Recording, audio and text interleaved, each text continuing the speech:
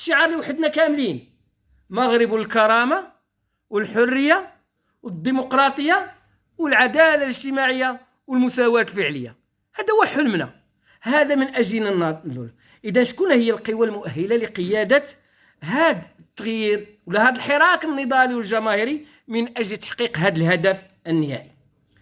قبل ما نمشي لهاد شكون هما الهيئات، المهمة ديال هذا التغيير ولا هاد نسميوها الأسماء ما كتهمش كما كنقول، تسميها الثورة الوطنية الديمقراطية، سواء التغيير الوطني الديمقراطي، سواء النضال من أجل التغيير الديمقراطي. المهم شنو أهم المهمة اللي بغيناها؟ شنو هي أهم مهمة اللي بغيناها؟ هي التحرر الوطني. التحرر الوطني منين؟ التحرر لأن كنقولوا حنا منين جا الاستقلال باقي ما استقليناش. بغينا تحرر وطني من الإمبريالية، من هيمنة الشركات الكبرى، وبغينا تحرر وطني من أجل تحقيق استقلال حقيقي، لأن الأغلبية ديال كلنا اللي هنا في القاعة كنقولوا أن الاستقلال اللي حصلنا عليه هو استقلال شكلي. إذا بغينا استقلال حقيقي، استقلال سياسي، استقلال اقتصادي والواسع، والخروج كامل. بغينا الخروج من الهيمنة ديال الإمبريالية والصهيونية وأتباعها وحلفائها اللي كاين الآن، البرجوازية الكمبرودرية وغيرها من الإقطاعيين الكبار اللي كاين في هذا. يعني هذا الشيء اللي بغينا نحققه، ما بغيناش شي حاجة. هذا الشيء باش يتحقق هو السهل، في واحد الجهة سهل وفي واحد الجهة صعيب. باش يكون سهل خص تغيير موازين القوى، لأن الموازين القوى الآن مختلة، أبينا أو كرهنا ولا أحببنا، مختلة لصالح قوى الإمبريالية أو المتحالفة معها. والقوى اللي كنقول متحالفة معها بين قوسين المخزن وزيد والأتباع ديالو. وهذا المخزن والأتباع ديالو حنا كنقولوا بأنه كيضم كل التلاوين، المخزن وأتباعه في كل التلاوين، في يساريين، في إسلاميين، في أمازيغيين، في حداثيين، في وكنقولوا أنصار الديمقراطية فيها كل التلاوين. هادو اللي كاينين الآن. نحن في حاجة قبل ما نوصلوا لهذا التحالف الجماهيري الواسع، حنا في حاجة لتحالف ديال القوى الاجتماعية، قوى اجتماعية من أجل تحقيق ومن أجل النضال من أجل تحقيق هذه المطالب. وكان آمنوا بأن هذا التحالف الاجتماعي خص قوى اليسار، قوى اليسار تكون حاضرة، بل ماشي غير حاضرة، تقوم بدور قيادي نافذ، من أجل المضي للتحقيق هذه الشعارات اللي خرجنا من أجلها، ومن أجل كذلك قلنا تحقيق التطور الاقتصادي المستقبل. ومن أجل هذا لابد من التحرر، من السيطرة ديال الإمبريالية ومن النهب الذي تمارسه الشركات الاحتكارية. وإحنا كنشوفوا هذه الحكومة الجديدة اللي هي حكومة شركات، اللي قالوا الآن آخر كاريكاتير ما مكوناش من 3 ديال الأحزاب، بل مكونة من 3 الأحزاب وقطب اقتصادي كبير هو أكوا توازد التحالف. إذن ضرورة تصدي لهذا التحالف وهذا الإمبريالية كتقدم عنا هي الأولى، أول خطوة من أجل إنجاز مهمات ديال التحرر الوطني الكامل اللي كنقصدوا به الاستقلال علاش عن النظام الرأسمالي الإمبريالي الصهيوني المدعم سياسيا واقتصاديا.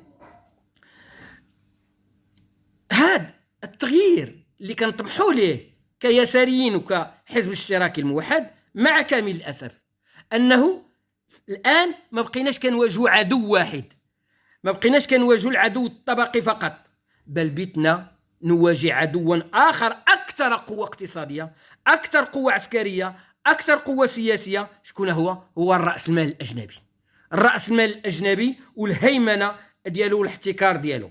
فالمهمة المطروحة علينا كيساريين أساسيا هي إلغاء هذه الهيمنة الإمبريالية ووقف النهب الذي يمارسه رأس المال الاحتكاري الأجنبي، وإنهاء التبعية للسوق الرأسمالية العالمية. الرأس المال الأجنبي الآن التوابع ديالو اللي متحالفين معاه، البرجوازية اللا وطنية اللي متحالفة معاه، كتهدف دائما إلى الاستثمار ونهب الموارد الطبيعية ديالنا. وإحنا شفنا النهب الموارد الطبيعية، تهدف إلى السيطرة على الأسواق المحلية بفرض تصريف الفائض، وتهدف كذلك إلى استغلال الأيدي العاملة الرخيصة، باش بهذه الأيدي العاملة الرخيصة تكون السعادة ديال الشعوب ديالها. تصدي كنقولوا تصدي الهاد الاستغلال والهاد الهيمنة من أجل الحصول على الاستقلال الاقتصادي ليس بتاتا بالمهمة السهلة، خاصة أن التطور السريع ديال النظام الرأسمالي، وخاصة كذلك أن النظام الإمبريالية والصهيونية لم تعد تعتمد على الوسائل التقليدية، بل باتت تستخدم أساليب جديدة غير مباشرة ذات طابع اقتصادي. إذن مهمة التحرر الوطني ما بقاش فقط هو التحرر السياسي، بس خصنا كذلك تحرر واستقلال اقتصادي وإنهاء التبعية، وهذا كيتطلب منا محاربة رأس المال الأجنبي والشركات كما كنقولوا الشركات الكبرى. من أجل هذا كامل، من أجل هذا الشيء خصنا نعرفوا كما كنقولوا اليساريين شكون التناقض الرئيسي ديالنا الآن نوضحوه. كنظن بأن ما يتردد حتى واحد يقول أن التناقض الرئيسي ديالنا في هذه المرحلة هو الصهيونية والإمبريالية وحلفائها.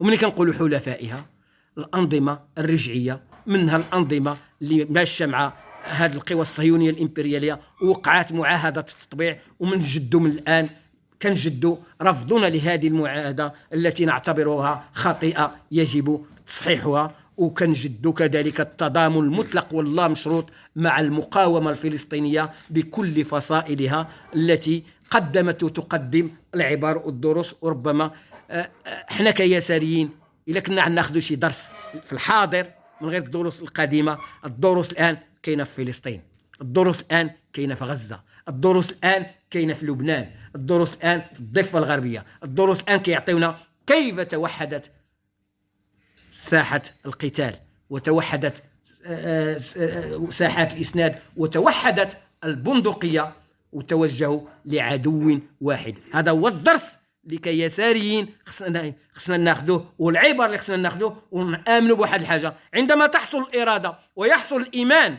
بالقضية أنك يمكن أن تنتصر. وإحنا كنشوفوا الفلسطينيين اللي ضلوا محاصرين مع سنوات وسنوات وسنوات كل أنواع الحصار، ما عندهم والو، عندهم فقط الإيمان بقضيتهم، وعندهم كذلك حب التضحية والشهادة من أجل هذه القضية، واللي فرزت لنا واحد العقلية استراتيجية أساسية. إذن خصنا نحن نعرفوا هذا هو التناقض الرئيسي ديالنا. شكون هما حلفائنا؟ الطرف الآخر نقف نحن اليسار، ويقف معنا الشعب المغربي، وتقف معنا كل القوى الرافضة للاستبداد والرافضة للفساد والمتبنية لمطالب الديمقراطية الحقيقية. اليسار في نضاله من أجل حل هذا التناقض وإنجاز مهمات التغيير عليه خط حاجة، عنده حاجة واحدة. شنو هي؟ أمامه وسيلة واحدة وطريقة واحدة، هي الانخراط في النضالات الجماهيرية الشعبية. بدون انخراط في النضالات الجماهيرية الشعبية، أول حاجة بعد صفات اليسار بالنسبة لنا كتحيد عليك إلا ما انخرطتيش هذه. وملي كنقول انخراط في النضالات الجماهيرية الشعبية، وبديت بالرفيق بوبكر ونجي للرفيق بوبكر. ساعتين قبل وفاته هو مريض، أصر على الذهاب إلى حفل الإنسانية من أجل توديع رفاقه، وآخر صورة أخذت له وهو يحتضر رافع شارة النصر وكيقول: سأموت وأنا في قلبي قضية فلسطين. هذه وصية لنا. إذن بالتالي خصنا نآمنوا بهذا النضال والانخراط في النضال. هذا الانخراط في النضال يعني عندنا في الحزب الاشتراكي الموحد انطلاقا من هذا الانخراط في النضال الجماهيري الشعبي، يمكن من داخل هذا النضال ليس من خارجه تأسيس جبهة وشعبية واسعة للنضال.